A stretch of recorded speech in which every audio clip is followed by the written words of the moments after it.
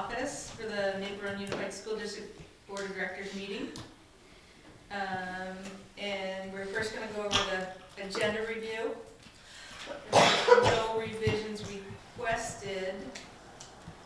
The agenda is accepted without objection. All right. I have something. Okay, Nella?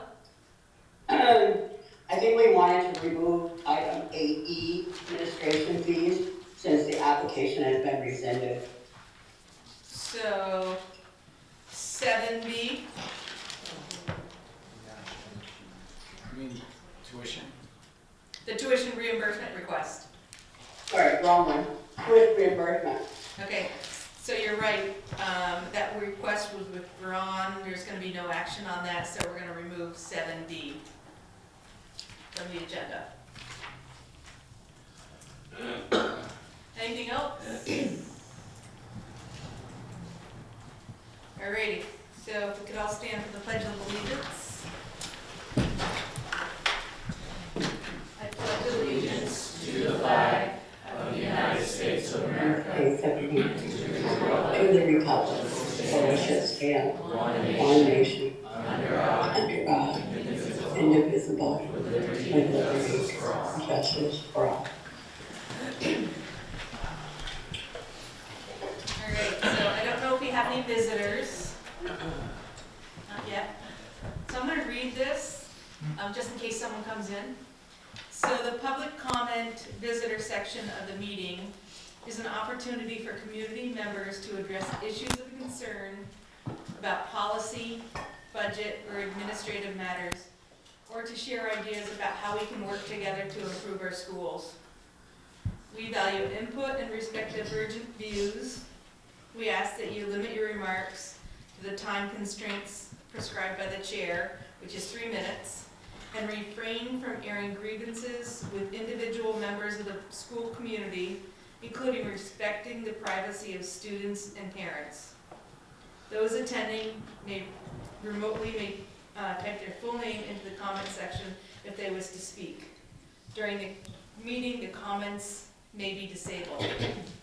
So, I don't know if anyone, will give it a minute for people that want to.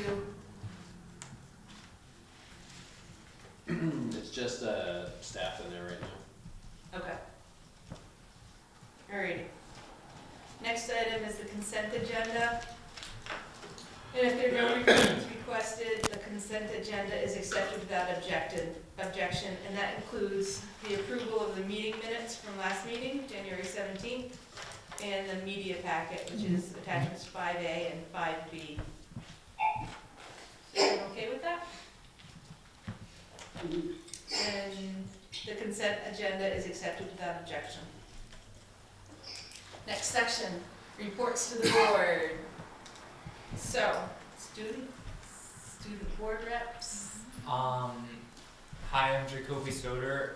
I'm a sophomore at BFA, and as the Student Voice Committee is coming out with a Google site, and that's not only going to better serve the Student Voice Committee and just have a central spot for all of our documents, but it's going to help align us with the board goals. There's sections for that. And then we made a mission and vision statement, and we're also going to put down our core values and our goals, and that will all be public. And so students can schedule a meeting with us, and we're gonna have like forums for the goal work that's just like student-led and student-based, and so that'll be a good thing for that. We, last Wednesday, we had a meeting with Up for Learning, which is an organization that helps youth adult partnership in Vermont, and so we did that, and out of that we got the vision and mission statements, and then we refined what we're going to do for the rest of the year, which is really going to kind of be breaking into subcommittees so we can be as productive as possible. And then today we had a meeting with the Creative Discourse Group, and so we're just continuing our partnership with that for the board goals. And then February 22nd is the final design committee meeting with them. And then SVC this February is going to meet with the middle schools like we did in January to just continue a partnership and foster leadership across the district so that we can more adequately represent voices here. Do we have any questions? How was your experience with Upper Learning? It was good. I like them, and I think it's a good kind of like bring it back together sort of thing. You know, you go and you don't expect to like really do a lot and get a lot done. It's just good to kind of reconnect with the whole team, stuff that you're not really able to do when it's just meeting without an outside party. Mm-hmm. And it's called Upper Learning? Up for learning. Oh, Up. We started it back when like this group kind of initially started, which has been exciting for me at least as a senior to see things kind of go up through and kind of looking back to where we started. For those that remember when I was here, and just see how much we've grown and like even a site and stuff like that is something I never thought of, and just how much bigger this has gotten, and having kind of making big broader goals greater than I could have ever thought, so it's exciting for me at least. And there's even been an improvement from last spring just with our work for Up for Learning. There's been a drastic improvement in just motivation and teamwork. So I think that is really I would butt in a little bit and toot their own horn. I don't know, you know, if you all know this, but I saw it last week, is that there's that they do a focus school every month for Up for Learning, and BFA was on there as like yesterday. And Harry told the story about your growth and what he had seen. Nice. You can look at it at upforlearning.org.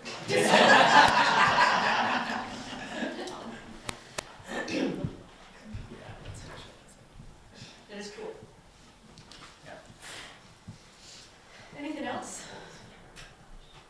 No, we're All set? All right. There's some researching around. Yes. So we're gonna move on to old business, and 7A is the plan for meeting board goals. So we're gonna just kind of keep coming back to this each meeting. I know that both Charlie and Carly had some community engagement sessions. So Carly, if you want to speak a little bit about. Sure. So I spent some time at the library last Saturday. I had a table kind of just set up. I don't know if anyone, I'm sure people have been to the library, kind of where the green lady statue is at the very entrance there. The library staff was really helpful in getting me set up. Erin showed up, she was really helpful as well. And I had two people come and talk to me, one about the eclipse, one about the budget. And I thought it was really good.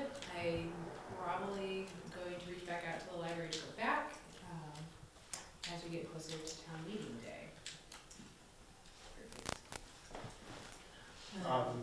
Yeah, I had kind of this, the same situation as Carly, but maybe a little more informal. I was at the Travel Cup, where I'm hoping to make it a weekly thing where I show up between 4 and 5 on Friday, which if anyone else had a better time suggestion where more people might be there, I'm all ears. I just picked the time that I thought maybe folks would want to end their week with a cup of coffee and yelling about having about the budget. But I only have one person, but my general, and I'm not expecting people necessarily every week, but my general hope is that folks will kind of get used to the idea that they can come in on Friday and talk about school board stuff. The person I talked to, Mayor Tim Smith, about the budget for about half an hour or so. We had a pretty good discussion. So. And I'm gonna say, so I was at the food shelf last month, and I was there yesterday, but in 2 weeks I'll be back there again. And in some ways I was a little bit disappointed about, like, I didn't get a lot of feedback. I got 3 or 4 people that actually filled out the forms, but I think that even if it's just 1 or 2 people, it's just, they let other people know that, oh, I talked to school board members, and kind of the word gets out that we are engaging the community, so. Yeah, in my case, the fact that, I was talking to the mayor was helpful in that he has insight and frustrations about taxes and the city budget and whatnot that we were able to go over, so it was kind of more in-depth than I was expecting, and I hope I represented the actual facts pretty well, but it was, I thought, a pretty good discussion. So the other thing I would say is that one of the other board goals is that we have a more robust orientation for board members to the whole role of school board, and you know, certainly I think everyone's been through a little bit of a board orientation. We've talked about doing it almost like a rolling orientation, so if people have questions, so if there are topics that you want to discuss, I think the plan is that we could do, you know, board orientations more, you know, short but frequent if needed. So think about topics that you might want discussed. Alrighty. Yeah. So, I'm gonna move on to the budget communication plan, and I'm gonna kind of turn that over, that's item 7C, turn that over to Bill and Aaron. Yeah. So thanks, Susan. Couple things we did here, and I want to thank, out of these listening sessions actually came some good questions. And I want to thank Carly for working with me on yesterday to kind of get some big ideas about some statements for all of you as board members. So one of the things that we put together is, you'll see in the packet that there's, we put together, trying to think, sorry folks, 7C. 7C. So this one. Yeah, okay. We put together, when Carly and I sat down yesterday, we kind of came over, I asked her what were some of the questions that she was getting from the budget when she was at the library. And we kind of came to those bolded statements about different things. So I tried to write up some narrative for all of you. One of the things that some boards do in their communities is post some facts to Facebook or a front porch forum about what's going on with the budget. So I tried to write out some narrative here. Just different pieces that you've all heard all of it. Nothing here is new.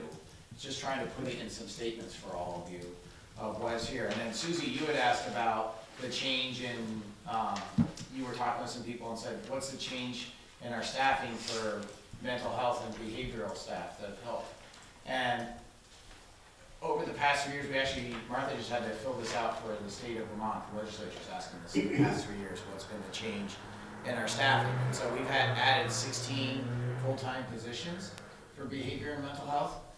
But there's another stat in here that's really interesting. We've had consistently about 120 paraeducators across the district.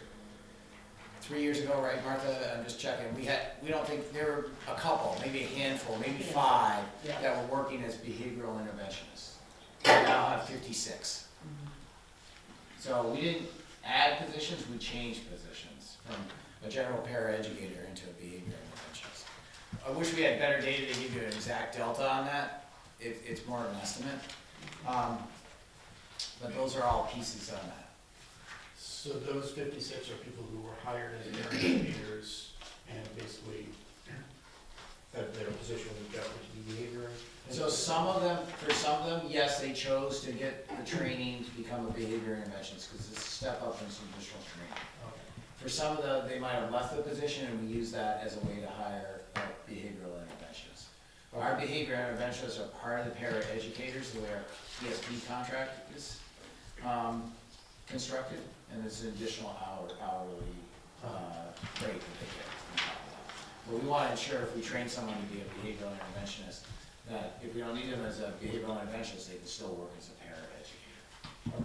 Because we're finding our need is kind of high. So I wrote a bunch of things here. I hope they help try to explain it in more of a narrative. Use it, don't use it. But one of the things I would ask is, you might want to talk as a board about how you want to communicate out to the public. And one of the other things that was asked for was a list of events that are happening. I think, Carly, this was from you when you and I were talking about was having a list of events that you could go to where the public might be.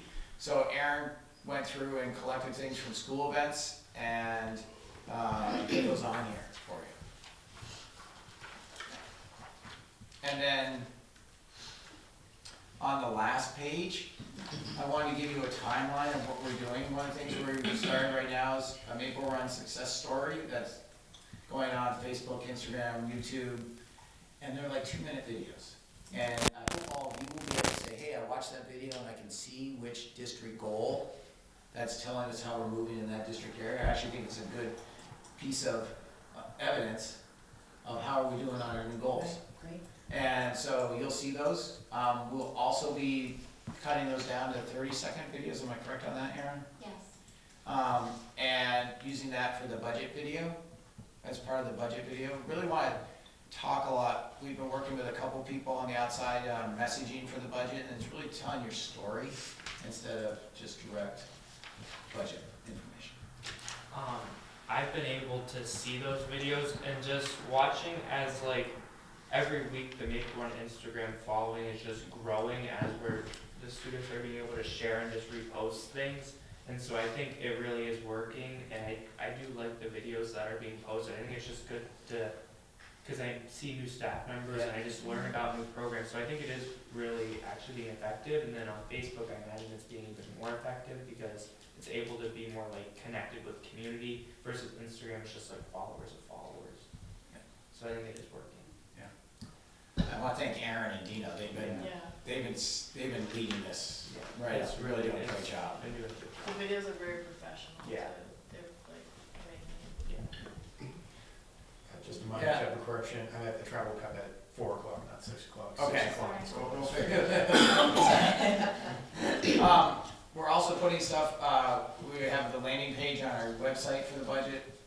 And then I just saw today a great preview of the budget video, and it's gonna be less of seeing Martha and myself and Nilda on it as faces, but we'll be the voiceovers, and Dino and Aaron have taken this to a new level of professionalism. It's no longer the green slides.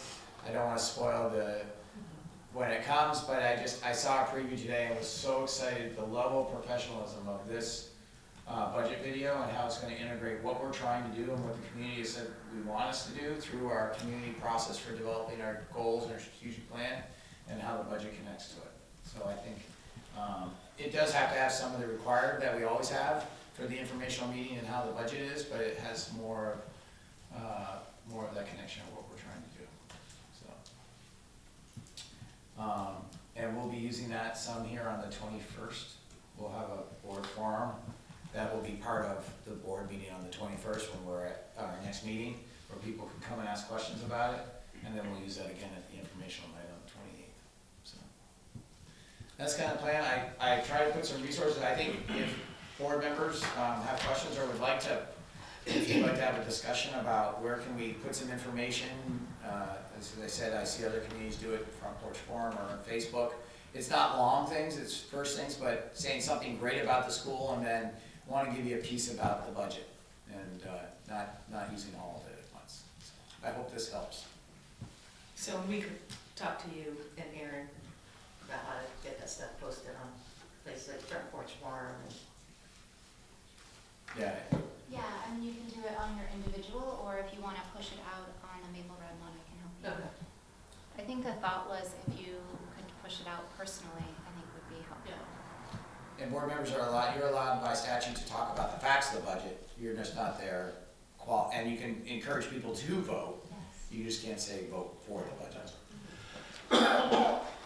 So hypothetically, I know my Facebook is locked to, just friends and family, but so I can post, these are the facts about the budget, and I just want to stay out of the comments and not fight with people who get in there.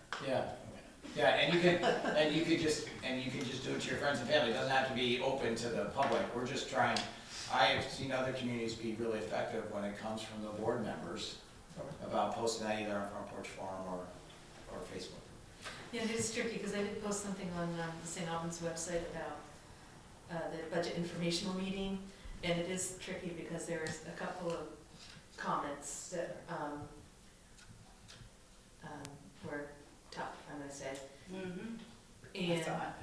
yeah, and but it was helpful to have, I think maybe even a staff member say, that added something that talked about, well, you know, this is our education that we're talking about. Anyways, you wouldn't necessarily run into that same problem posting to, and I don't wanna say it was a problem, it wasn't a problem, you just open yourself up to all sorts of comments and talking about the budget on a forum like that. You don't have the face-to-face, you know. And this might be getting a little ahead on the agenda, but should we expect some of the information about the 5% cap to change So, based on what's going on? Everything here is where current law is. Okay, so this is as of today. As of today, this is all right. We're gonna talk about that when we get to new business and how that may change. But for as of today, everything on this sheet is correct. Okay. Any other questions? I just have a comment. Yeah. I know that. I think I just wanted to share that the intention of the board statements also is for people to personalize them to themselves, you know, like how would you say that? Rather than sort of have it be so scripted that everyone's gonna know you just copied and pasted it off a document, so use a little pizzazz. Yes, and my wording is usually pretty dry and not always the best, so. I'm giving you for content, not pizzazz. Okay. Next item is a complex agreement. We aren't gonna take action on this tonight, and it's, we're gonna ask Tim to speak to this agreement. And really, we'd like everyone to read the attachment so that next meeting we can take some action on this. So, thank you, Mr. Vance. Yes, I'm Tim Vance, director of the complex. I've been up there for 25 years. And Bill and I were talking, and it was the time to amend the agreement was long overdue. What we need to do, a lot of gray areas are there, and a lot of the originators of the agreement have passed. I had a lovely visit with Reg Godin today, who was headmaster when the Collins Burley was built.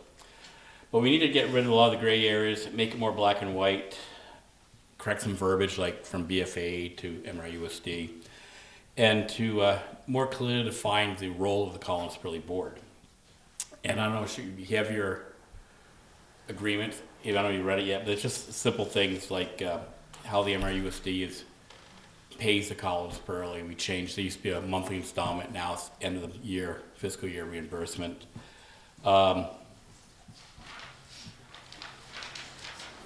Do you have your agreements in front of you? Okay, so that was on page 3, 5 lines from the bottom.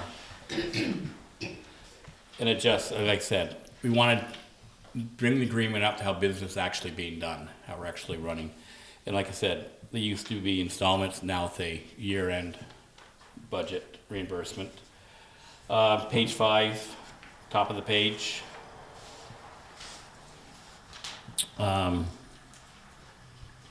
It used to be adoption of the budget, adoption and advisement and comment with the Collins Burley board. They're more of an advisement board now, and it's MRUSD. Page 9, employees board. Ours goes to 7. Ours goes to 7. Huh? Ours goes to 7. Do you have the track changes one, or Oh, yeah, he must. you might? I do. That's why. I was gonna, Oh, we could have that. what do you have? I gave them they have the one with just the final version of it. Didn't get that one, Bill. Okay, just on page 9, mine, the employees. I don't know where that is on. We'll find it for you real quick. Do you want to? I don't know if I can find it real quick. Page 4. On page 4, Page 4. in the middle, yeah. You know, it did say the CPS should provide sufficient numbers of professionals and competent management. CPS board basically operate the complex. They apply staffing the sole direction of MRUSD. The Collins Burley board will be an advisory board, like I said, and moving things, the MRUSD. I think one of the things, Tim, I would just add overall in general, like throughout it, Mhm. you and I and David were working on it. It was really trying to delineate what's educational, Right. and since Maple Run owns it, what does Maple Run have for ownership? And then what does the Collins Pearly Board do for the non-educational uses? The Collins Pearly has control over non-educational activities programming. BFA MRUSD is the number one priority of the Collins Pearly. So whatever you need, whatever BFA needs, your priority. And we do take advisement from the Collins Pearly Board concerning all our community programming, which we have a lot of. So I don't know, if you haven't read this, do you have any questions about where we're going with this? Or, again, it's to make things more black and white, to correct the agreement as to how we really are doing business here, and again, to redefine or better define the Collins Pearly Board role. I just have a question of the delineation of education and non-educational. So like educational would be basically associated with like BFA and. BFA MRUSD. Okay. Yeah. And then non-educational would basically be, you know, like We have- so the craft show. Craft show, we have our community, we have a health, fitness, gym, we have all our exercise programs, that's all community. We have 50 plus classes a week, but MRUSD/BFA take priority in everything. We have youth programs you know about. Again, if BFA changes something, we change youth programming. MRUSD BFA is their building top priority. Yeah. So basically anything that is not directly associated with schools files non-educational. Correct, correct, yeah. How many of you know about the Collins Pearly? I know a few of you do, but just to give you an idea, 30 years ago, Bessie and Stephen Collins left gifts to improve the quality of life in the county.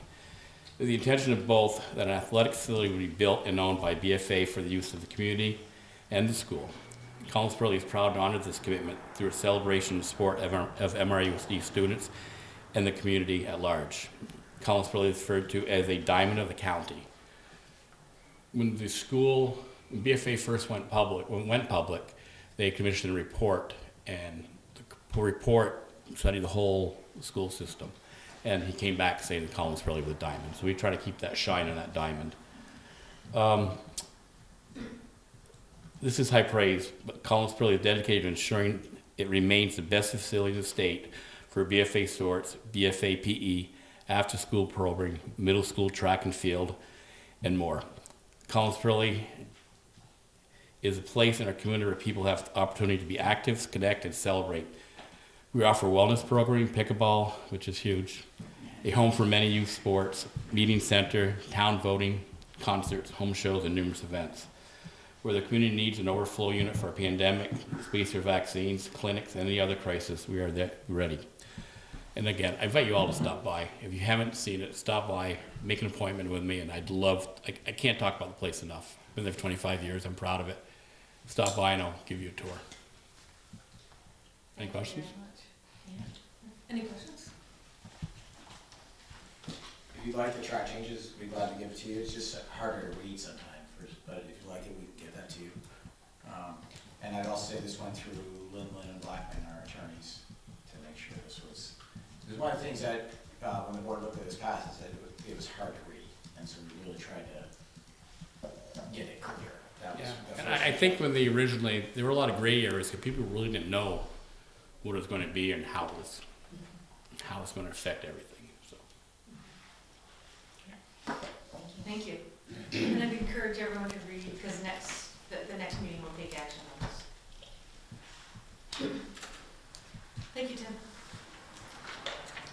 All right, moving on to new business, and I'm gonna turn this over to Milda. Thank you.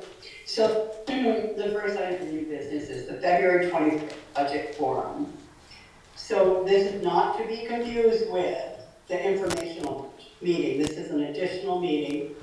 And we want to discuss what will be at that meeting, some of it is some of the things we've already talked about, like that video production.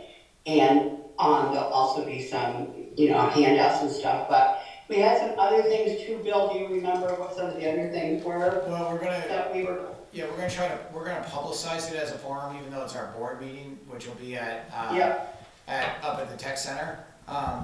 Right. That we would allow it to be more of a question and answer instead of just our visitors come in and make a statement. So it can be more open and people can get some more question and answers from that. And after we show the video to start and invite people, we publicize it as a time to come and learn more about the budget. It's pretty similar to the information meeting night, but just another way of having two different times to do it. Right. We're just trying to get information in as much as we can. So as Bill stated, that will be a board meeting. So we'll open the meeting up as a board meeting, and then we'll go to the public forum, the budget forum, and it'll give an opportunity for people in the room to ask questions. And I'm going to, or whoever, starts us off, mention that we'll do a question and answer thing at that time. So the people that ask questions can actually expect to get an answer when they ask it, or if we have to do some research to answer the question, we'll get back to them. But hopefully we can have a give and take with people that want to know what's going on. So most our board members are going to be there because it's board meeting, so you'll be there, I'm sure. Next item is item B, which is the town meeting day prep. And again, that's the same. What are we doing for that, Bill? Well, we had the information session on the 28th. Yeah. Which is the Wednesday before town meeting? That's correct. That's correct.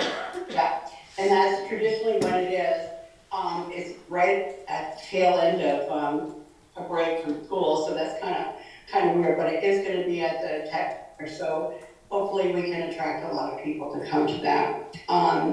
There are a lot of opportunities for the community to learn about the budget. We're getting it all over the internet, all over Facebook, and all over the website.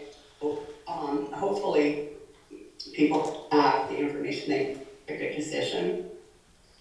Any questions? Okay, next item is the budget update. So our friends in Montpelier have been working. So they've been working this morning. So I think Bill's going to give us an update to what we thought was truth last week and what we figured out are some possible changes. Not necessarily changes to MRUSD, but possible changes. Yeah. Thank you. Go for it, Bill. Thanks, Nelda. One of the things that has happened the past 2 weeks, there's been a lot of discussion going. In our last meeting, when you adopted the budget, I talked to you about districts that have been putting in one-time cost items and inflating their budget because they were already over the cap. And it's estimated that put about 50 to, I don't really have the estimation, but I know it's over $50 million across the state. It may be, I've heard some estimates as high as $100 million into ed spending. And the legislature had seen that and heard all about that and said they understood the caps really weren't working the way they expected them to work, or they were hoping they were initially designed to, which was to give people a soft landing, but it gave people a place, because of the difference between the 5 and 10%, gave people a place to put in one-time spending money. Not that it's not needed. Most of the items I heard it was for deferred maintenance on buildings, which, as you've all heard in the press and we talked about here, there's a huge school building crisis that's about to hit. It's around $6 billion is the estimate that was just told to the legislature last week to Vermont schools. So there's about $6 billion worth of school construction that needs to be taken care of. So because of that, the Ways and Means Committee held a listening session to learn about what was going on in districts. Charlie was going to try to testify, but we couldn't get him on the docket. But there was what happened is, once they total all those budgets, every district in the state of Vermont was hitting the cap of 5%. There wasn't a district that wasn't gonna go, because what happened is the dollar yield became so low, it dropped down to around $7,100, am I correct in that, Martha? That it came so low that it was putting everyone into a cap space, where they were all gonna get cap tax rates. So the Ways and Means Committee took testimony last week, and then this week, over the weekend, they were working with joint fiscal, and they have put a bill on the table as of this morning. They had some drafts yesterday, but as of this morning, that is to take away the caps. There will be no, and I don't, this bill has to go through, it's in House Ways and Means, which is one of the top committees, so then it goes straight, you can go straight to the House, but then it's gotta go through the Senate, and then they have to get the governor to sign it. I heard the chair, Representative Kornheiser, say that it's probably gonna take a couple weeks to do this, but they're going pretty fast forward right now. As of today, they've hit what they had told us. They had told us last week what they were thinking about to all the superintendents, which is they would have, instead of a cap, they would give back pennies similar to Act 46, where there was a rebate for the tax rate, depending on how much differential you had between your equalized pupils and your long-term weighted average. So, one of the things I put... Act 46 was Yeah, when say- we merged. Yep. And so when that happened, it was a 5-year plan where the first year we get 10 cents off Yep. the tax rate. Yeah. And the next year 8 cents off, the next year 6, 4, 2, and by year 6 we didn't have it. Right, and so this is something similar where they're gonna do it over 5 years, and they say, what's your percent change if you had a negative percent change in pupils from equalized to long-term weighted? Maple Run, we had a negative 3% change. That would turn into cents off the tax rate. So we have a negative 3% change, it would be at 3 cents for this year off the tax rate. And every year they would take 20%, they would decrease that by 20%. And so let's just say if you had a 10 cent, then it would follow the pattern you just said, Susan, it'd be 10, 8, 6, 4, 2, and then nothing. It's hard for 3 cents because we're gonna get to decimal equivalents. There are some districts that have as high as a 28% change in their pupils from last year to this year. Decrease. And the high is Winooski, which has a 42% increase. So it's a big fluctuation that's going on. So what they are doing is that we'll give you this off for districts that are negatively challenged because of the change of long-term weighted pupils, we'll give you this tax rate piece. For some districts, that may have the same impact, may have less of an impact than the cap, or may have more of an impact than the cap. It's really what you decide to do with your budget. One of the things that's intended in this law is for people to go back and look. Now this gives us what's been talked about as a linear relationship. So if you take something out of your budget, it will affect your tax rate. If you remember when we were developing taxes, I know I won't have the exact number, Martha, so you can correct me, but it's roughly about $400,000 takes a penny off the tax rate if you reduce the ed spending by $400,000. So now for districts that put those one-time costs in, they can say, do we really want that? And if we don't want it, it will change the tax rate. But you might say, wait a minute, we've all warned budgets. So the second part of this bill is allowing districts to re-warn their budgets and have it voted on by April 15th. So I have to ask you tonight, we don't need to make a decision tonight, but I need you, in the packet is a copy of the bill. I also put in the packet, so you have it, I put a couple things in there. But you'll see just the decrease for Maple Run, and you'll see some examples from other districts of what their decrease is. The one pager that looks like this, okay? And you can see how other districts, it has all the negative impacted districts on this one sheet and what their rebates will be for taxes. What we did do, now that we knew that there's a new yield figure with estimated with this new tax relief system, we have a new yield of 9,775 is estimated. So I asked Martha, and she's gonna talk to you in a minute, she's gonna start passing out paper to you. That what would be our impact if it was to go with this yield and without caps and with the rebate. So Martha, I'm gonna let you talk to it once it gets around. You just need one sheet each. And this is really hot off the presses this afternoon. That's why I didn't make the packet.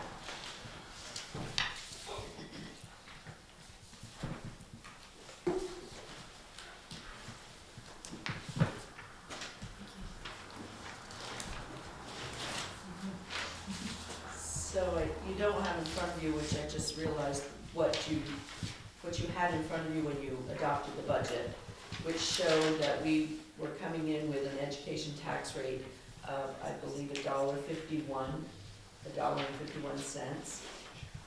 before the cap. But now that they have adjusted the yield and taken away the cap, with the new yield, our education tax rate comes in at $1.46. So just the adjustment in the yield itself reduced our tax rate at this point. And the tax rate, the proposed tax rate discount, I'm not sure if they're calling it a discount or a tax relief of the 3 cents, brings us to a new estimated proposed tax rate of $1.4306, which is almost exactly the same figure that we were getting with the cap. It's like 0.0001 different. Yes. So this sounds like good news for us. So basically, if they don't change Act in 2027, our taxpayers pay 5%. And if they do change it to what they're proposing, our taxpayers pay 5%. Correct. Yes. I wish I had known that when I was at the Travel Cup, because that would have made my conversation easier. Well, we didn't know about how it all shook up until today. It was Just like 2 o'clock this afternoon, 1 or 2 o'clock this afternoon. This afternoon. We were calculating at 2 o'clock. And the percentages, Martha, are all the same? Sorry, Does pardon? it change any of the percentages, 17, 15, 24? No, because it's still, the impact of the CLA is gonna be exactly the same as it was, because the education tax rate ends up being the same. Thank you. So that's the news, but I do have to ask, oh, go ahead, Nelda, sorry. I didn't know if you were to stop. I was just gonna say that when we discussed this earlier today, one of the things we talked about was that the biggest impact will be on districts that had perhaps some construction funds or that sort of thing in their budget. You know, we don't have a budget that's padded with a lot of extra additional stuff, such as construction or other things, so it's not gonna affect us as much to make any changes.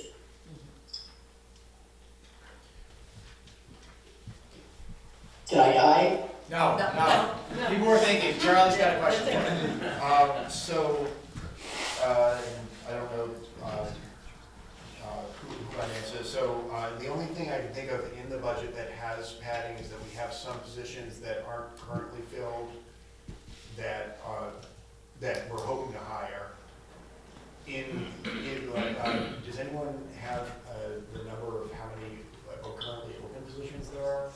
Becky, you have that right with you, the number of positions that are open? Approximately 20. About 20. Okay. So, like, in theory, if we were trying to trim the budget further and we were to cut those 20, that would save us, like, I believe, maybe $1 million? was it 1.6? I keep the number of 1.6 million, but I'm not sure that that's correct without having a piece of paper in front of me. And Becky's looking right now in her notes. I'm not necessarily supposed to we do that. And it all depends on which position. Right. And those positions that are open were voted on already in the budget that was presented to the voters Yes. last Yes. meeting. Correct.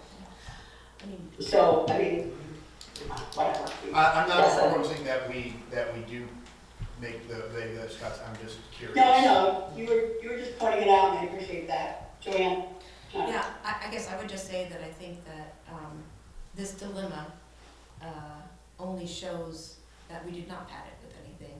So I think it speaks volumes of where our budget is before and after this new information came about. So I think Absolutely, it yes, positions us pretty well. yeah. So I think going That's forward, kind of what I was trying to say, Joanna. You said it better than I did. That's what I was trying to say. Go ahead.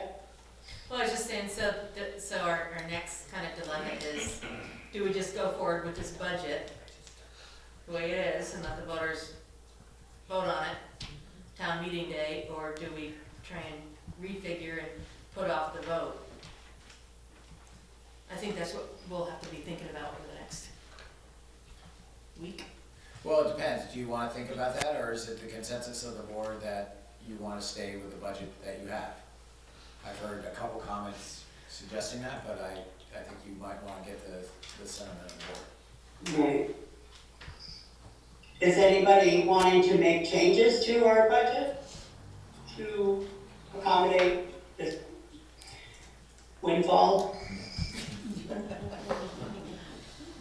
I guess I'd like to go as presented. Jack, yours? Yeah, I was just gonna Yeah. say, I commend Charlie, Liz, and Carly for having more formal discussions out in the public, leaving anybody else out, like Suzanne. maybe I you- did not yet. But two things, I like to eat and I like to talk too much. And so I've been informally talking to people without making a formal thing. And I think as we all go out in the public with our families and our friends and places we go, emphasize that we took the high road and our budget process was, we didn't take advantage of some of the higher caps and so forth that we could have, that some districts did, and we behaved ourselves. And I think we ought to pat ourselves on the back, but talk to people about the good job that we did. And it's kind of telling that with the new adjustments that the legislature is coming in with, that it shows that our percentages, our rate, stay very, very close to the same. And that I think, so I would be in favor of keeping the budget the way it is and make any adjustments if for some reason it gets voted down.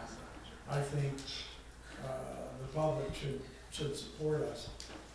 The main thing that all the discussions I've had with people, friends, neighbors, family members, and so forth, Patrick Lady the other night, believe it or not, people are concerned with the very last thing on this list, estimated annual impact. People want to know the impact. That's probably, of anything on this sheet, everybody I talk with, how's it going to affect me? You know, and that's what we need to emphasize with people. You know, this is what's going to happen. And if they say, why the town's different, try to explain the CLA, which is confusing to a lot of people, but try to keep it simple. But I think you all have done a nice job. I think people that have done some outreach need to be commended, and I'm going to keep talking to people, and I think we're on the right track.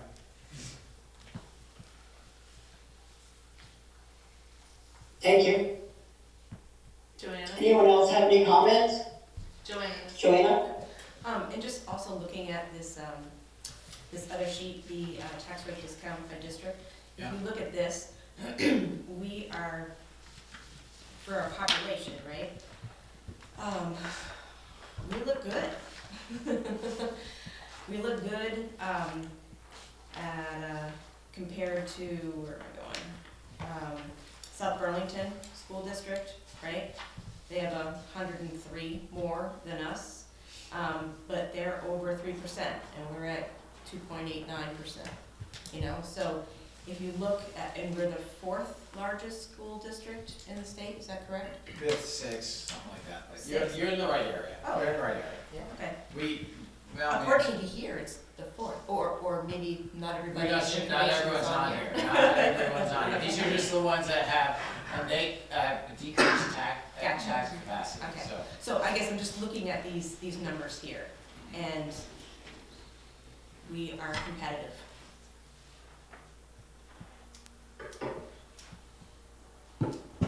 Thank you. Charlie? Just a few random thoughts, and apologize if it's rambling. So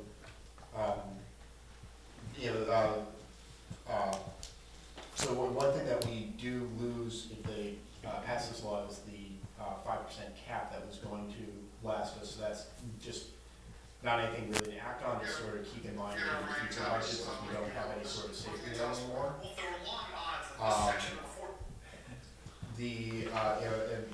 In terms of this makes talking points a bit easier, because when people have been asking me about the budget, it's been like, okay, yes, it's the actual spending is up 10%, but the actual amount that you're going to pay is 5%, and now it becomes easier to say you're going to pay, it's going to be a 5% increase, which is still a lot for a lot of people because everything is going up, and but I don't think that there's a reasonable way to cut it below 5%, because the staff, I did mention the staffing, but we could really use those staff. I'm sure we'd be lucky enough to hire them. And a few weeks ago we were good with putting out a 5% tax increase, and so this doesn't really change the impact on taxpayers. So in terms of what people are really going to be asking, nothing really has changed for them. They're going to pay 5%, which I think is, I'm unfortunate to ask, but a reasonable one. And so, because before the cap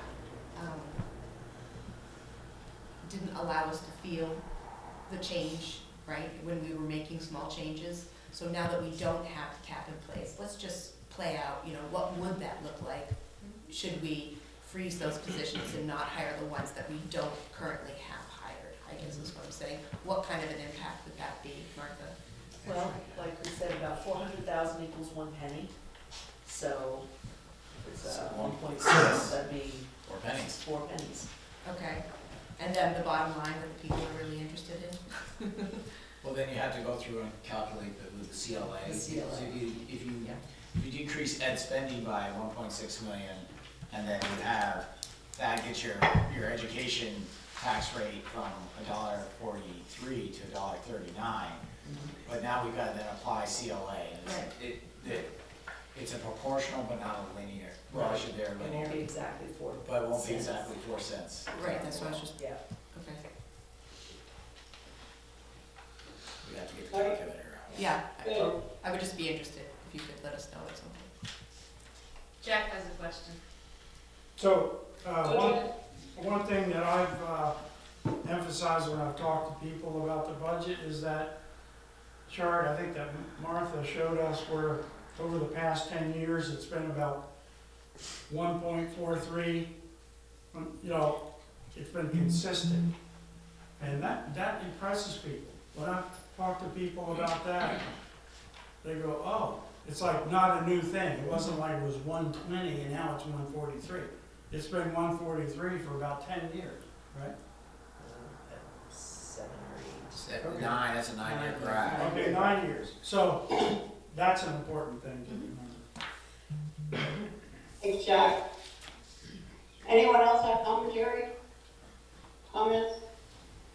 So what I'm hearing is the consensus of the board is to carry on as we are, not to make changes and have our budget voted on town meeting day.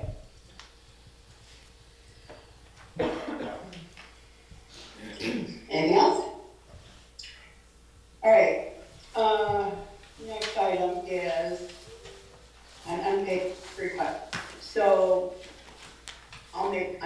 make a motion to approve unpaid leave request as presented and recommended by administration. Is there a second? Thanks, Charlie. Discussion. You saw his information packet and the story. Yes, Joanna? My only question is, what is it that this gentleman truly wants to do? Because I don't know if he's offering to do the 2 days a week because he feels badly about not following through with what he said he was going to do, you know, so I don't wanna, I guess, just vote yes on this, if he really would prefer not to be back at all and just extend, you know, the FMLA. So, that would be my only question. Becky, have you Yeah. talked with Adam? I've not spoken with I him mean- since he submitted this. Go ahead. I was asking Becky Greener, our HR director, if she'd spoken with Adam. I know that I'll say our hearts have gone out to Adam and how he's supporting it, and so we've really let him say what do you wanna do and what don't you wanna do, and so I took You know this. what I mean? Yeah, I know what you mean, is he feeling like he has to come back? I don't think he's gotten that message from anyone in the system. Good. Oh, I didn't. I read it like he wanted to have 2 periods off a day and come in for the rest of the day, so it was on a few partial days. Did I not read it that correctly? No, I think that's. I think that's exactly what he's asking for, Nilda. I think Yes. you got it right. Yeah. Yeah. Yeah. I mean, it's up to the principal to be able to manage this. This person teaches, what I understand, is science and math. Yep. And can it be managed? Are the students going to be affected by this at all? Well, it's hard to say at all. Will they be affected? Yes, but I think it can be managed. Right. Is it going to be a problem for him if we hold off and get more information? He can carry on, right? Charlie's got a question. Well, it's kind of on the same line as if we were to vote to approve this, could we also get a message like you know, you can come back to us with another request if it's not working for you? Yeah. I think that's always a possibility. Yeah. So, what's the pleasure of the board? Do we take action on this tonight, or do we get more information and take action at the next meeting? I feel like, oh, sorry. No, you're good. We ought to take action on it tonight with the Okay. caveat that we make sure he understands that he can come back to the board with any other modifications needed to his request. Yeah. Everybody in agreement with that? Okay, are we ready to vote? All right. Amanda, all in favor of this motion is to give, to approve this request for unpaid time. Excuse me, Amanda, Yes. Charlie, Yes. David, Yes. Jack, Yes. Jessica, Yes. Joanna, Yes. did you say yes? Yes. Thank you. Harley, Yes. Susan, Yes. Suzanne, Yes. Yolda says yes. Okay, so that's carried. Next item under new business is item E, admission fees, which I can earlier read one. So there's a attachment, excuse me, AE, that has sort of a couple paragraphs that explains how that all plays out and a list of the proceeds that were taken in on those days, dates that they have on the logs. This came up as a question, I think a board member asked this, and then I think there was a community member that was asking this, if we're trying to make this, school, equitable, maybe some people can't come up with the cash to pay admission, does that mean that they can't? So we decided to look at it to see what the impact was, and that is what the impact is, and it looks like they get enough money to, pay their, the bids and the referees and all the people that be paid for the actions that they do. I don't know if anybody has any suggestion further investigation of this. I would just provide some other information I didn't put in the memo, that I asked Martha afterwards, but, how much do we have out of our budget that we pay for officials to run meetings, meets and games and all that? So we have, it looks like a total of, it said 16,000. You wanna, maybe Martha, I mean, I was gonna say my scratching notes. You're scratching I notes. thought you were gonna come to see me and we could talk. Okay, well, Uh, go ahead, if you have it in front of you. I don't have it in front of me, but we do have in the budget, besides these funds that are generated through gate fees, we also budget, I wanna say it's about $30,000. You pass that down, yeah, that's what you had on there. Also pay, so this just supplements what's in the budget for officials' fees, and it doesn't even touch what we pay for coaches or anything, that's another whole line item. But it covers basically the officials' fees with what we've got in the budget as well. And the entrance fees for all these different activities. So when they have a meet, they have to pay an entrance fee to be in the meet, and so on and so forth. And so, I'll say this came about because a friend asked me about, about this and what does all the money for the gate fees go to, and how much is it, and she got the message from the VPA, actually, I think it was a student member that went to the VPA a couple of years ago, and they were trying to encourage attendance and diverse, all that kind of stuff, and the questions from this person that talked to me was, we're gonna be, it's not equitable for people that can't pay and all that kind of stuff. I actually spoke with her, and she did have some suggestions.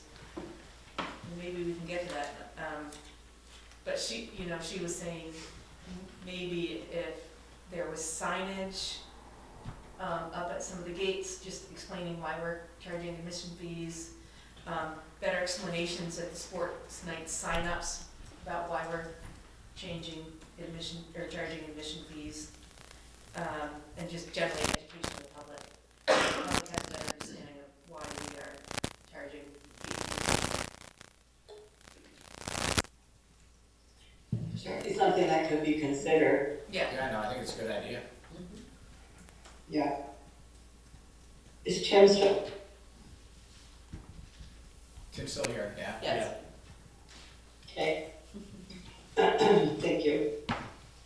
These are, it wasn't just one Any person. I was gonna say, Well, it wasn't just one person that, I think it was a bunch of people standing in the stands that were talking about this. So I think that's probably a good idea. Yeah. Education is key. Do any of the schools charge Thank you, admission? thank you. So Joanna has a Any more question. discussion? Yeah, Joanna. Joanna? Yes.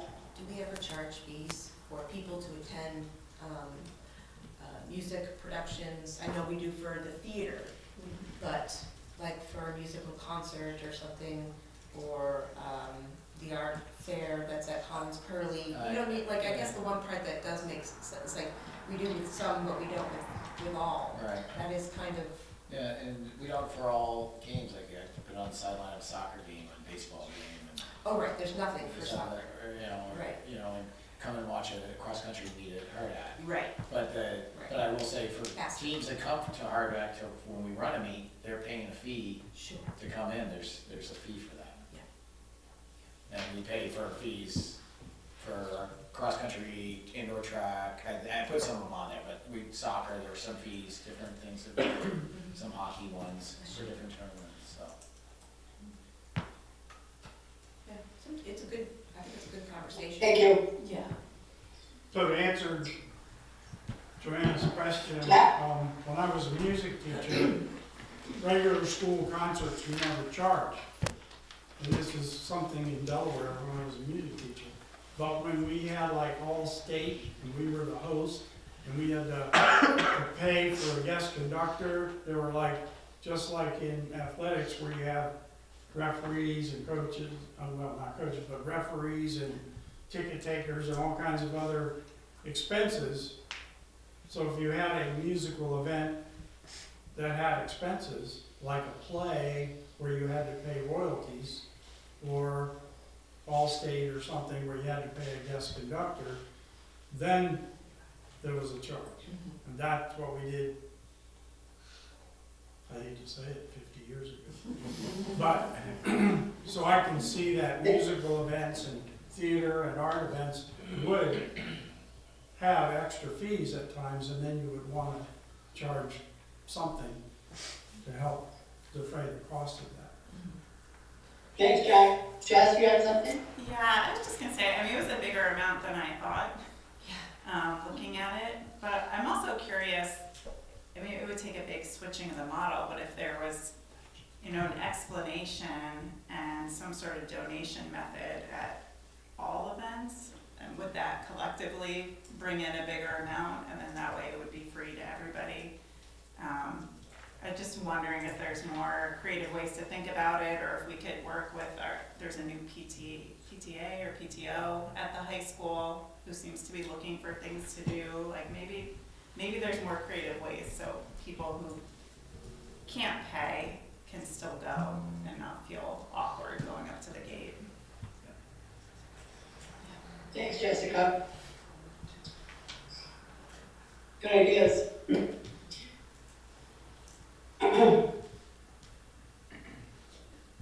We move on? I think so. Did someone say no? No, I said I think so. Sorry. Okay, thank you.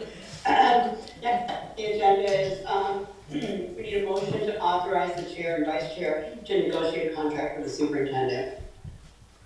I'll make the motion. Thanks, Charlie. Is there a second? I'll second. Thanks, Dave. I have a motion and a second. Do we need any discussion? I just have a question about the procedure. Trying to remember based on the salary discussion that we had last year. So the chair and vice chair like basically by doing that, then you guys set the salary or set the contract and then just inform us what it is. We're not like, you're not discussing the terms and then bringing it into a vote or anything, correct? Right? Okay. We had some of this discussion earlier. I think part of what this is that we wanted to just formalize the fact that you have authorized us to do this because we couldn't find the authorization for it. So, appreciate that. Any other questions? Ready to vote? Okay. Amanda? Yes. Thank you. Charlie? Yes. David? Yes. Jack? Yes. Jessica? Yes. Joanna? Yes. Harley? Yes. Susan? Yes. Suzanne? Yes. Nilda votes yes, thank you. And we don't need an executive right now. We're moving on to the other section of our agenda. And this is the warrant section. You should have received warrants in your, I need a motion to approve the warrants, acknowledge passage of the motion will act as authorization and signature of any individual board participating remotely. Can we have a motion? I'll make that. Thanks, Susan. Is there a second? Second. Thanks, Joanna. Any discussion needed? I take a vote. Amanda? Yes. Charlie? Yes. David? Yes. Jack? Yes. Jessica? Yes. Joanna? Yes. Carly? Yes. Susan? Yes. Zan? Yes. Gilda votes yes. Thank you. So item is the superintendent's report. Bill? Thank you, Nilda. Couple of things here. One, we actually talked about this, it was mentioned tonight about the solar eclipse. We are still putting together the timing for that. It's a little hard with the buses, so we're trying to figure out the busing piece of it. We know there's gonna be a lot of people around here, so we're trying to figure that out and make sure we have adequate timing. It's gonna be a half day. I just don't have the time that people are coming out of school yet. We had hoped to have that out, we hope to we'll definitely be there by February break, but we're trying to get that out as soon as possible. Given the traffic and the congestion that it's gonna be around, do you think, do you think kids are gonna be able to get to and from school with the busing, or the road's gonna be too jammed up? So we actually looked at information from Illinois, one of our, John Bracco, who's assistant principal up at BFA, he was in Illinois the last eclipse, so he said, you go look at it, and the roads get backed up about an hour to 2 hours before the eclipse, and then they're backed up for 3 to 4 hours afterwards, because people stop right where they are. So it's good to, if we leave at noon, the eclipse is happening at 3:23, so we should have plenty of time. Yeah, and the buses need about 45 minutes to clear, and they need about an hour 15 to get home, so we're trying to get everyone off the road and send the staff. And that's about what everyone in Champlain Valley is doing for this, so it's a good question. We've had that question several times. I know there's been push to not have school that day. I do know that that's out there. I've been doing, I'm not gonna say we, I should say I've had a lot of concentration on the budget process and have not been giving you two things. I have not been giving you my superintendent updates that come in emails, and we haven't gotten back to regular reports. I know that we're having a forum on the next meeting, and depending on how many things are on the agenda, we will be adding a student data report from the winter data, and so we'll bring you a report on that. But John and I talked about it today, so that's kind of a flexible one. If we see a lot on the agenda for the 17th and we think the forum's going to be big, or if the forum is big, we'll have it there, and if we need to pull it, we can pull it. And so that's going to be the plan for that. Right now we've checked, or I shouldn't say Aaron checked with all the town clerks, and we'll have 2 open seats after town meeting day. We'll have an open seat in Fairfield, and we'll have an open seat in the town. There's no one running, and the people who are running unopposed. So I just want to let the board know that, and you may want to talk about that at your next meeting. Both Susan and Nilda have heard this from me since we found out, so. And in order for someone to do a write-in campaign, they would need 30 votes? 30 write-in votes. 30 write-in votes. Okay. So that's a possibility, if Yeah. you do know someone. And that has been done before. So if we know somebody that wants to get in the board, we could get some publicity out. So they can get voted in with 30 write-in votes without doing this. Yeah, so do Yeah. like a write-in So it's just campaign. like a kind of a last minute. Yeah. Yep. Yeah. Yep. And that can happen at town meeting, correct? Yep. Okay. Yep. So I'm gonna Yes. clarify that. Yep. It is where, yes. Yep. And if no one gets voted in, then we would have to appoint somebody. Again. And it would be a year long until Right. they're up for reelection. Right, yeah. You got it. And then Anything else, Bill? yeah, I have one more thing I need to do. I wanted, 3 years ago, Martha and I talked to the board about her future plans. And we have not come back to the board, but at that point, we had a conversation with the board about how do we, Martha, what would the school district do once Martha retires? And Martha has decided to retire at the end of the school year. So first of all, congratulations. She told me next year. I know. I think everything's going on Montpelier is confirming. Yeah, it's like, oh, I think I waited 1 year too late. Yeah, you did. And I first will tell you, we are going to have a big party in the spring. She has been here more than 20 years, has great service to all the students in Maple Run, so tremendous service. At that same time, we talked about a process and that currently then and now that there are very few business manager candidates. And we have started a process then with Brianne to work with her to be in training as the up-and-coming business manager. So as of July 1st, I know Jack and Susan and Nilda and Joanne, you were in that conversation here. Yeah. And so I was like, wow, we don't have a lot of the same board members, so it'd be good to tell everybody the plan again, which is Brianne will be assuming the business manager role July 1st. And I've seen her through all the work, so congratulations on that.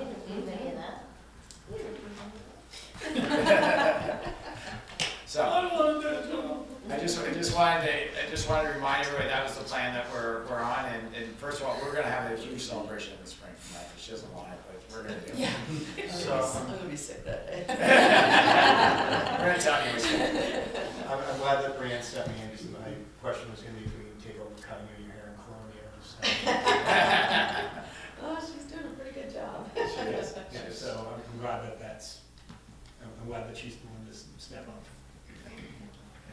No, it's actually been a great transition, and it's funny, I walk into the business office and say, who am I talking to? Like, which one do I ask you to do something, because it's one or the other.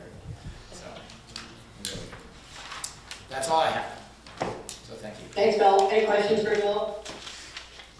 Okay, board announcements. Any board announcements? Checks? March 6th, that board meeting, I'll be in Puerto Rico. So, You're not gonna I will have a Mai Tai cocktail on the beach there. And I'll zoom in, and someone will say, you're on your darn cell phone at the beach during a board meeting. No, I just wanted to. Any other board announcements?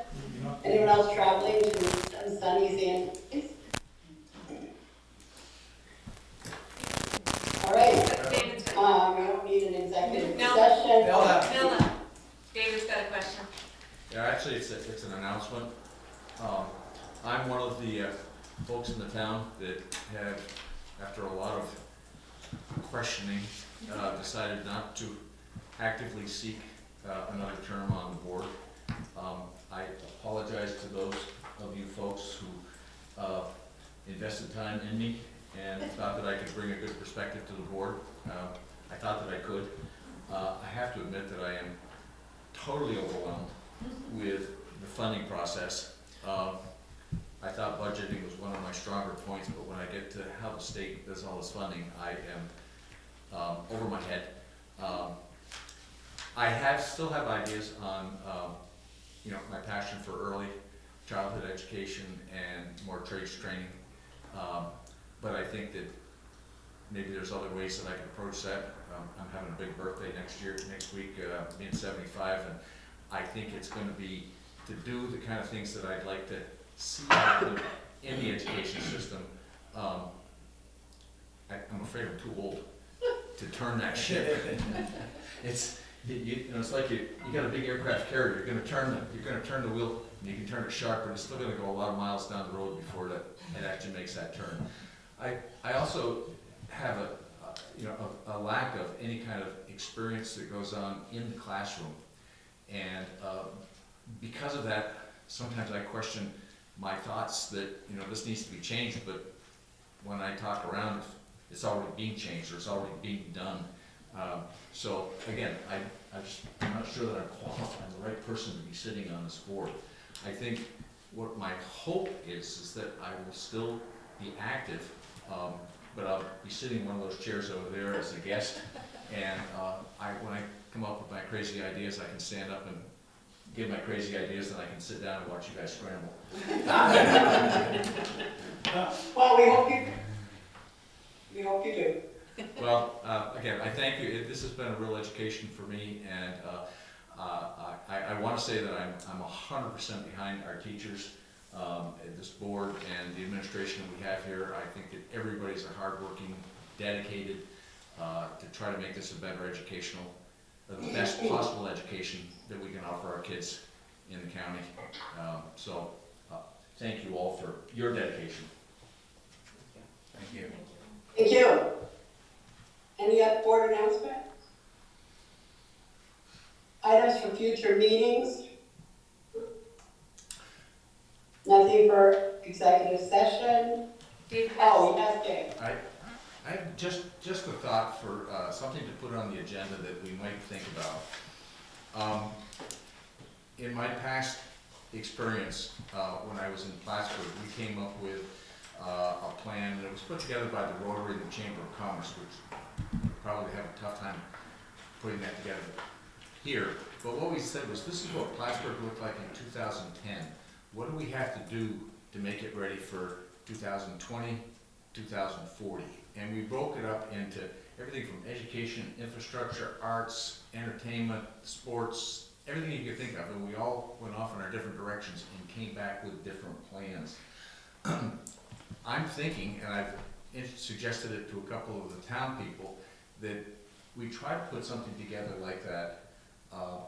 Because what worries me is that we've got an industrial park down here with 4 vacant lots, and if Tim Smith and his group can be successful and bring in a company that would add 400 jobs to the area, can the school and our other infrastructures handle that? So should we be planning with the economic development people and the town and the schools to how all this has to come together to accomplish that growth?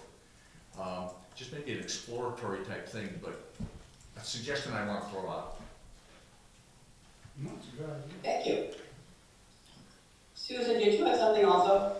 No, I just want to make sure. Okay. All right, thank you all. Meeting's adjourned.